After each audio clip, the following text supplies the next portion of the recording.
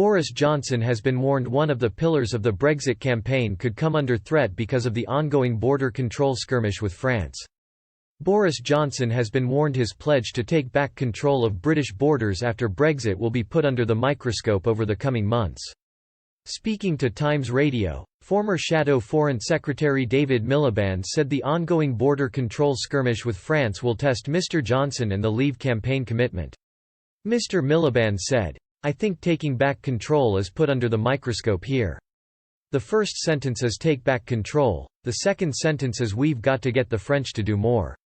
You're immediately into a new reality of the modern world that, presuming no one is suggesting we should retreat behind our own borders, become fully self-sufficient and declare full autarky from the rest of the world, you rely on other people doing things."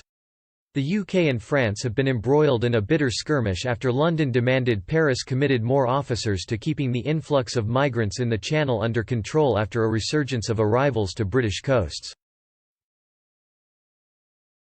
Home Secretary Priti Patel threatened France with the deployment of the Royal Navy in the Channel.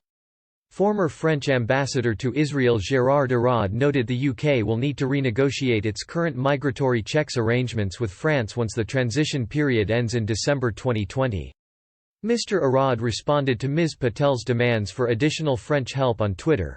"Actually, Madam Secretary, as you may know, the cooperation with France was enshrined in the EU rules. You'll have to negotiate a new treaty with your neighbour.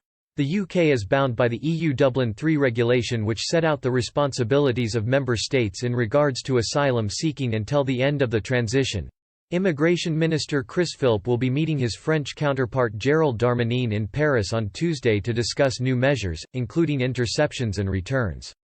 Mr. Philp and Priti Patel have both committed to making the Channel path unviable to ensure migrants have no incentive to come to northern France or attempt the crossing in the first place.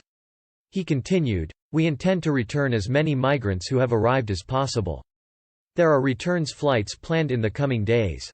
And we will also continue to go after the heinous criminals and organized crime networks putting people's lives at risk."